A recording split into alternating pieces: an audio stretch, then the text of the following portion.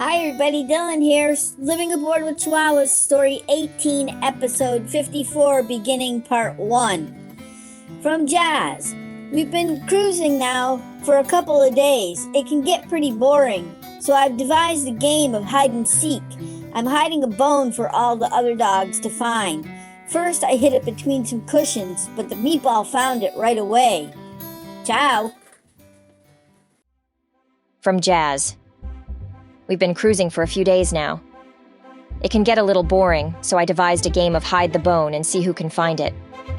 First, I hide it in between the cushions, but the meatball found it right away. Then I had to play fight to get it back so I could hide it again. I thought about hiding it on the sun deck, but the meatball can get up there too. Yip and Uff built a ramp, so all of us could get up to the sun deck without their help. Most of us can get up on bridge deck too. There are 2 steps that lead up there.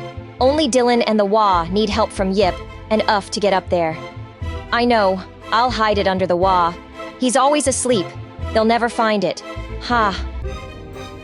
They're all sniffing around, trying to find where I've hidden the bone. Oh, it looks like Ella knows where it is. She's pushing the Wah with her nose. He's not gonna like this. I better get in there before he wakes up.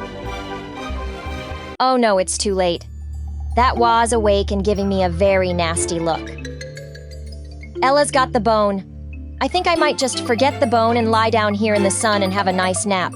Jazz. That evening we grilled hamburgers on deck. Each dog got their own grilled burger. We tried to teach them how to use the stars for navigation. They didn't seem to be too interested. We were set to go the following morning. After yogurt and a Diet Coke our breakfast, we headed for the 10,000 Islands. We spent a couple of days just exploring some of the islands. We did a little fishing, spent the day cleaning up the boat. We had to get inside at dusk. The area is not heavily populated. It's not populated at all, but by mosquitoes and horseflies. We took the dogs to shore, to several of the we visited. There were thousands of birds. I'm not even sure what kind of birds they were. The dogs were in 7th heaven. They were chasing the birds. The funniest thing to see is a dog looking towards the sky and running after a bird like he's really going to catch one. They were all running except wad noses to the sky.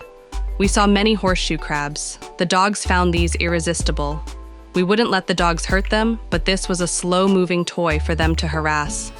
We really like the beaches on the west coast, especially around Naples and Cape Coral. From the Margaret Ashton, you could see the entire coast, miles and miles of pristine white sand beaches, mostly with no one on them. We decided that we would come back here and spend some time on those beaches. I even checked out if they allow dogs, and they do. Not like the east coast of Florida, where no dogs are allowed on the beaches. We were now sadly nearing the end of our trip. Everything had gone so well compared to the trips on the Borealis. Hi everybody, Dylan here, Living Aboard with Chihuahuas, End Part 1, Story 18. We were now ending our trip that had gone so well. We really liked the beaches on the west coast. We decided to return there eventually to spend some time on the white sand beaches.